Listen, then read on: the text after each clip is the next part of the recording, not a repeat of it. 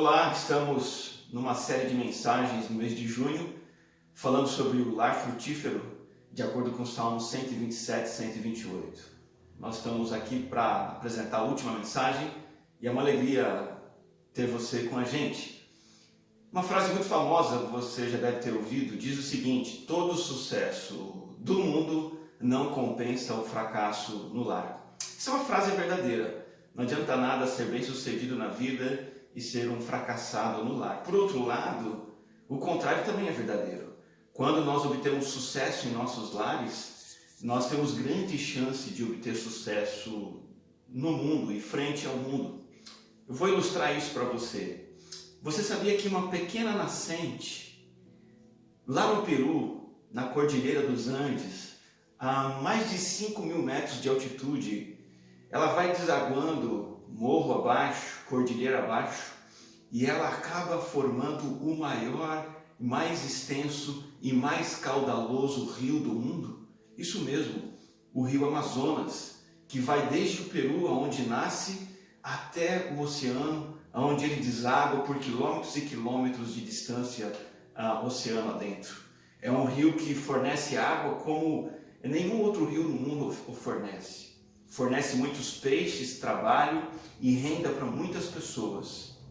Uma pequena fonte de água forma o maior rio do mundo. A imagem que nós temos do Salmo 128, de uma família piedosa e temente a Deus, é justamente essa. Uma família que é modesta, que é simples, mas que faz o temor de Deus, faz com que ela traga bênção que nós não podemos calcular. Nessa série, Salmo 127, 128, nós estamos vendo um lar que é um exemplo que nos inspira e que nos serve de modelo, e esse lar é um ambiente de paz, de alegria. Não é um ambiente como nós estamos acostumados a ver hoje em dia, lares onde todos estão isolados, cada um no seu canto, cada um com o seu celular, o seu dispositivo, sem conexão uns com os outros. Não. No lar do Salmo 127, 128, há proximidade, há intimidade, há relacionamento. Nos lares hoje em dia temos visto verdadeiras batalhas vikings, guerras entre marido, esposa, filhos, ou pelo menos uma guerra fria que silenciosamente vai minando aquele lar. Não é isso que acontece na família do Salmo 127, 128. Essa família está baseada no temor a Deus. Os filhos são criados com atitudes corretas por parte dos seus pais. E aí esse lar é liderado de maneira piedosa, conduzido no temor de Deus, e muitas bênçãos redundam desse lar. Então nós chegamos no Salmo 128, versículo 4 e 5, que diz assim: assim será abençoado o homem que teme o Senhor. Que o Senhor o abençoe desde Sião, para que você veja a prosperidade de Jerusalém todos os dias da sua vida, e veja os filhos de seus filhos. Versículo 6, haja paz em Israel. Nesse lar, onde cada pessoa tem o seu tempo a sós com Deus diariamente, nesse lar onde essa família se reúne todos os dias para também ler a palavra e orar juntos, nesse lar onde os filhos são amados, o casal ama seus filhos, o casal ama um ao outro, convive, dialoga. Nesse lar onde as diferenças são tratadas, onde o temor de Deus é estabelecido. Nesse lar nós encontramos esta imagem do rio Amazonas, que nasce como uma pequena fonte e que se expande, se expande e se expande. Nós temos futuros indesejados para os nossos lares. Por exemplo, o futuro de um lar frio. Um lar que no futuro se torna um lar de atrito, briga, divórcio. Nós temos lares com futuros indesejados, mas o futuro desse lar aqui é um futuro invejado. O lar que é uma fonte modesta, com efeitos expansivos incalculáveis. Eu gostaria de detalhar quais são esses efeitos com você. São 3 níveis de expansão que esse texto nos apresenta de um lar piedoso e temente a Deus. A primeira expansão é no nível pessoal e familiar mesmo. Versículo 4 disse: será abençoado esse lar. O homem que teme ao Senhor e que está à frente desse lar vai experimentar bênção pessoal. O lar piedoso é o lar que realmente vai ser abençoado. A recompensa, é a bênção desse lar ter comunhão interna, ter aceitação dentro dos seus relacionamentos. É um lar onde o casamento é duradouro e feliz. É um lar onde há alegria na interação de pais, filhos e pais. Estas bênçãos todas, elas se invertem quando falta piedade. Quando não há temor de Deus, o que prevalece no lar não é a comunhão, é o distanciamento, é o ódio. Não é a aceitação, é a acusação. Não é um casamento duradouro, é um casamento fracassado. Não é a alegria nos relacionamentos, é a tristeza nos conflitos diários. De fato, formar um lar piedoso traz muitos desafios. Em primeiro lugar, você ser um lar piedoso, formar um lar que teme a Deus, significa que você estará em minoria.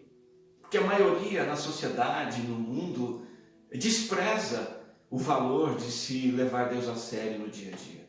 E você estará talvez sozinho, isolado nesse sentido. E terá que enfrentar essa dificuldade. Um outro desafio é a oposição. Muitas pessoas se opõem àquela pessoa que diz: não, a nossa família vai à igreja. Ah, mas que tolice. Nós em casa lemos a Bíblia e oramos todo dia. Ah, que perda de tempo. Para que isto? Tantas coisas para fazer. São amigos e familiares que acusam e criticam. Se você quiser, junto do seu lar, buscar uma vida séria com Deus, você terá que enfrentar esse desafio. E um outro desafio, talvez mais perigoso, é o desafio interno da nossa própria carne, que diz: não vou ler a Bíblia com a minha família. Não, nós não vamos ficar orando juntos. A nossa carne diz assim: isso é muito chato, eu tenho coisas para fazer, eu tenho entretenimento para buscar. Oposição interna. São desafios que, se forem superados, o versículo 4 está prometendo: você será abençoado. A primeira expansão de bênção é a expansão no nível pessoal e familiar. Há uma segunda expansão de bênção. Essa família, ela transborda como aquela pequena nascente de água na Cordilheira dos Andes. Essa família também se expande e traz bênção para o povo de Deus.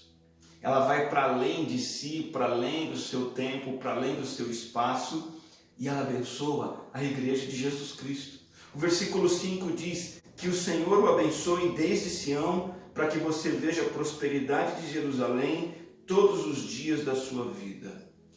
O versículo fala de Sião, que é o monte onde estava o templo de Deus. O versículo fala de Jerusalém, que é a cidade santa de Deus. Sião e Jerusalém são símbolos do sagrado de Israel, da espiritualidade de Israel, da vida de Israel com o seu Deus. E ele está dizendo que Sião e Jerusalém, o povo de Deus todo, será abençoado por famílias tementes a Deus. O povo de Deus, hoje nós sabemos, é a igreja do Senhor Jesus Cristo. Uma igreja forte e saudável depende sim de famílias fortes e saudáveis. Enquanto que famílias fracas, famílias frias na fé, famílias que estão distantes de Deus no seu dia a dia, que vivem longe de Deus ao longo da sua semana, vão formar uma igreja também fria, fracassada. Nós vivemos uma realidade hoje em que muitas famílias, infelizmente a maioria das famílias, são apenas consumidoras da igreja. Elas vão à igreja para consumir algo, para receber algo, e não para abençoar a igreja e fortalecê-la. Mas o texto sagrado, a palavra de Deus, está nos mostrando que famílias fortes formam igrejas fortes. Veja, a Bíblia não está dizendo que o povo de Deus precisa de famílias talentosas. Todos ali na família são músicos, tocam violão, bateria, teclado, saxofone. Isso é bom, mas não é disso que a Bíblia está dizendo.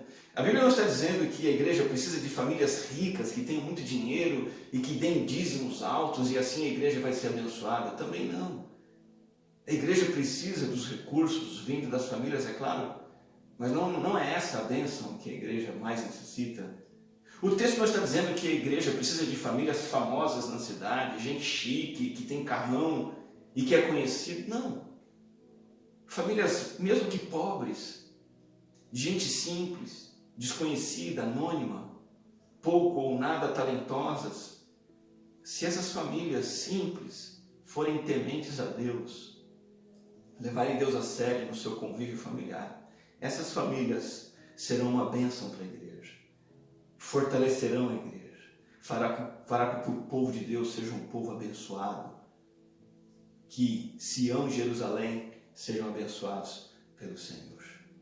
Como que uma família piedosa abençoa a igreja? Por exemplo, de maneiras muito simples. Quando essa família unida é assídua na casa de Deus, é assídua na reunião do povo de Deus, e ali adora com um coração sincero, a família junta fazendo isso, ela abençoa a igreja. Ela abençoa a igreja quando, como família, cada um está ali servindo nos ministérios da igreja. Quando essa família discipula outras famílias mais jovens ou discipula jovens solteiros, adolescentes. Quando essa família diariamente está orando pela igreja. Em nossa casa, recentemente, nós adotamos a seguinte prática. Entramos em contato com as pessoas da igreja, os membros, as famílias. Pedimos que nos dessem motivos de oração que eventualmente tivessem. Anotamos esses pedidos de oração em pequenos pedaços de papel e colocamos numa caixa. E todos os dias nós nos sentamos à mesa, pegamos essa caixa e juntos como família cada um tira um pedacinho de papel com pedido de oração e nós oramos por cada pessoa e cada família da igreja. E essa tem sido uma experiência muito positiva. Uma família piedosa que abençoa o povo de Deus, ela ora pela igreja do Senhor Jesus Cristo. Um pastor disse certa vez: todos os problemas da igreja decorrem, de uma forma ou de outra, de problemas no lar. O contrário também é verdadeiro. Todas as soluções e todas as bênçãos que a igreja tem, de uma maneira ou de outra, decorrem de lares abençoados. E é assim que funciona a expansão das bênçãos. A vida piedosa começa de maneira modesta, abençoa a própria pessoa e a própria família, mas ela se expande e abençoa o povo de Deus. Entretanto, não para por aí. A terceira etapa, o terceiro nível de expansão de um lar frutífero é que esse lar abençoa o mundo.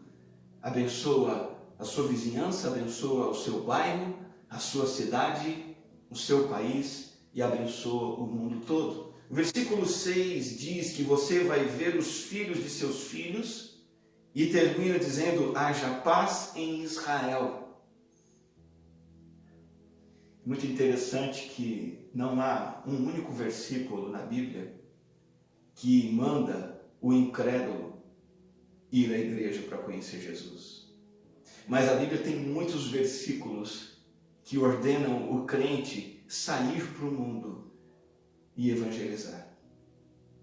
E nós podemos entender que a palavra de Deus também ordena que as nossas famílias estejam presentes no mundo, evangelizando e dando testemunho e mostrando quem é Deus, mostrando o poder da palavra de Deus e o poder do evangelho de Jesus Cristo. O que o versículo 6 aqui está nos mostrando é justamente que há uma intergeração da fé. A fé que eu cultivo no meu coração, e se eu sou casado junto com o meu cônjuge, minha esposa, o meu marido, essa fé que eu cultivo, eu passo esta fé para os meus filhos.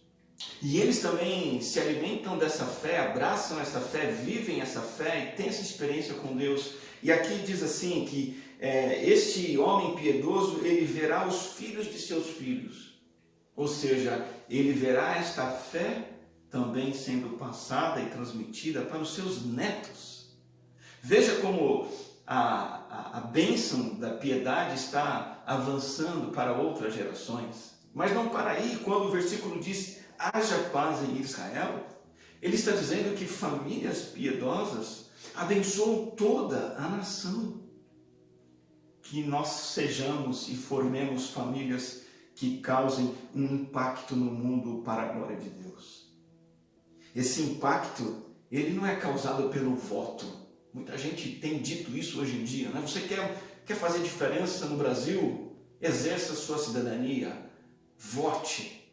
É importante votar, é claro. É importante ser um cidadão de bem. É importante seus filhos estarem na escola. É importante você ser um cidadão que paga impostos. É importante você talvez participar de ONGs e comunidades que ajudam pessoas e grupos carentes. Mas na verdade, o verdadeiro impacto que você e eu podemos causar é fazermos com que nossas famílias levem Deus a sério.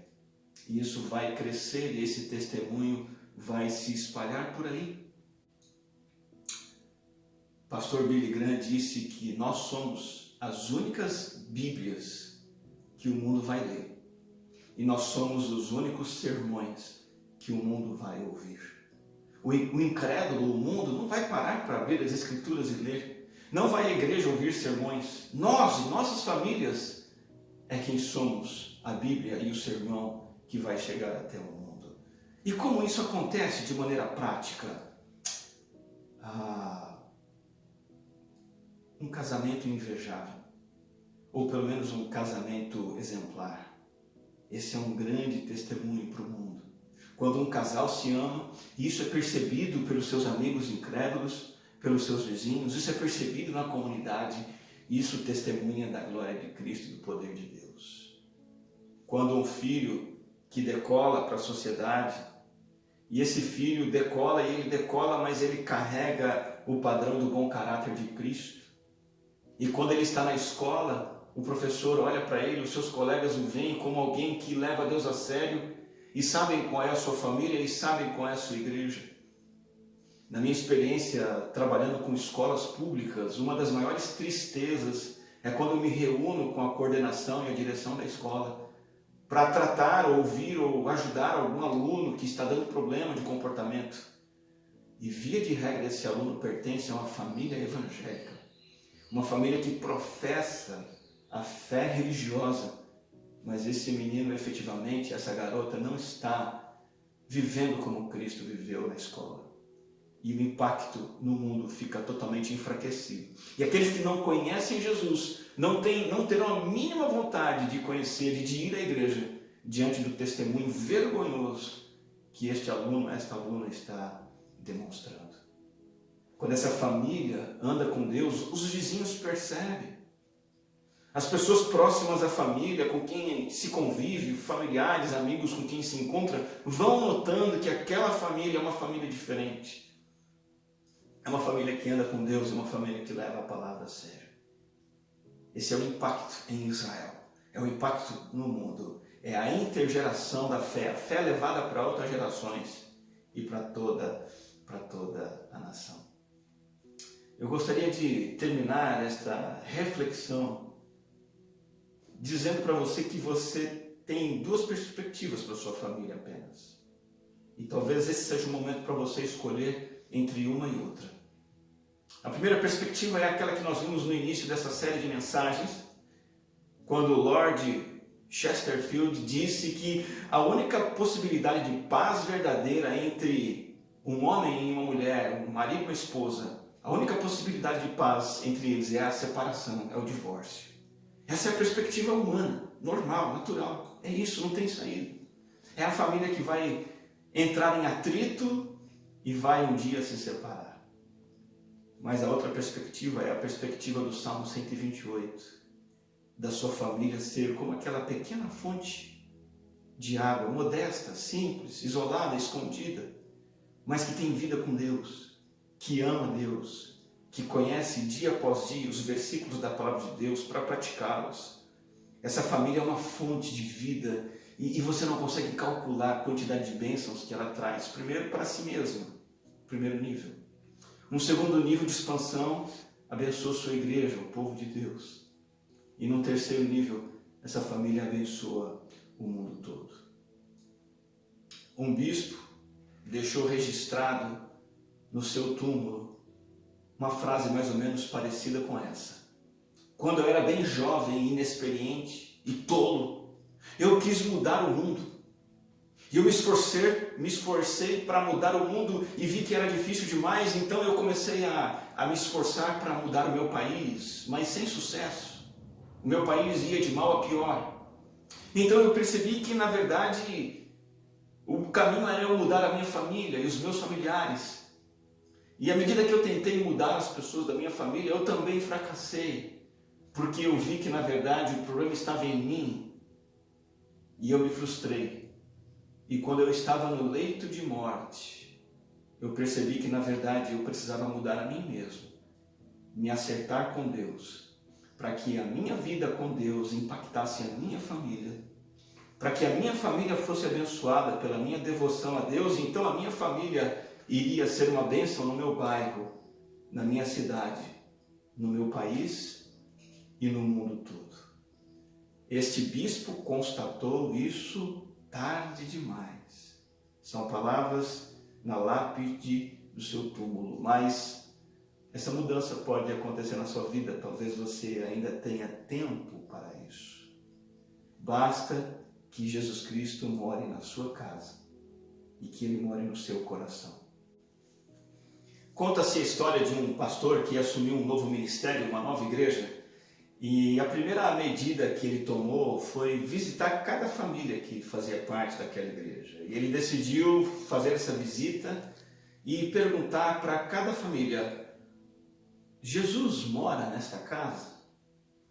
E ele começou esse trabalho, foi visitando as famílias, e certa vez ele visitou uma família, a senhora o atendeu, ele entrou, conversou, conheceu a família, tomou um café ali e fez a pergunta: minha senhora, Jesus mora nesta casa? E aquela mulher ficou consternada com a pergunta do pastor.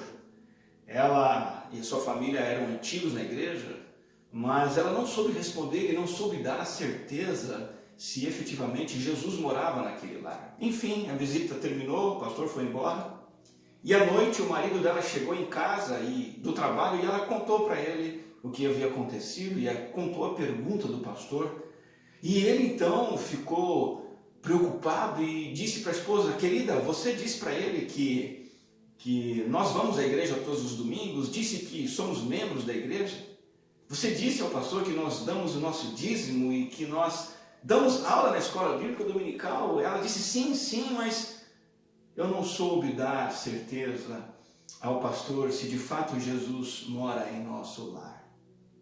Talvez aquela família estivesse vivendo uma vida religiosa de fachada, onde Jesus Cristo efetivamente não reinava naquele lar.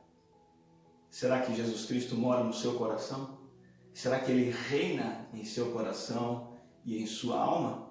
É somente assim que você poderá desfrutar de uma família que expande bênçãos para ela mesma, para a igreja e para o mundo.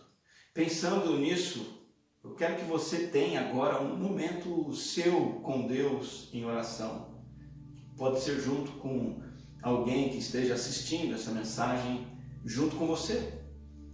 Quero pedir que você ore para que a sua família seja abençoada no temor de Deus. Para que você e sua família convidem Jesus Cristo para morar dentro do seu lar, para que Ele governe pensamentos, palavras, ações, atitudes e comportamentos. E que isso faça, segundo o pedido, que a sua família seja uma bênção na igreja.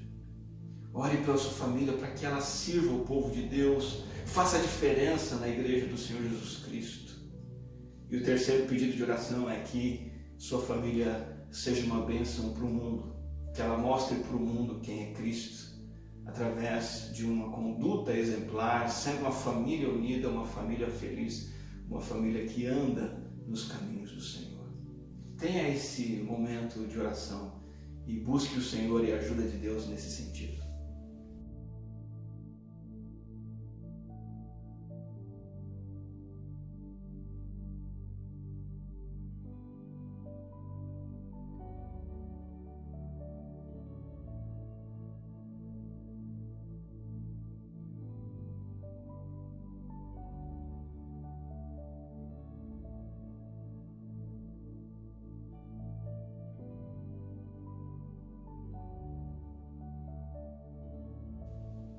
Que bom podermos refletir na palavra de Deus e saber o que o nosso bom Deus tem para nós e para as nossas famílias. Eu espero que você realmente esteja inspirado e comprometido a buscar formar uma família que traga bênçãos para a igreja e para o mundo. E nesse sentido, quero fazer mais uma oração junto com você. Vamos falar com o Senhor. Obrigado, Deus, pelo teu grande amor por nós e pelo plano perfeito que o Senhor tem. Apesar de sermos pessoas imperfeitas, que fazem parte de famílias imperfeitas, o Senhor nos mostra que podemos ainda assim formarmos lares frutíferos, abençoados, que expandem bênçãos de si para o mundo todo. E o meu pedido é que isso aconteça, e que o Senhor venha a visitar cada família e cada pessoa que está acompanhando essa mensagem, trazendo a Deus a realidade de tudo isso que temos aprendido. Louvado seja o teu nome, em nome de Jesus. Amém. Deus abençoe você.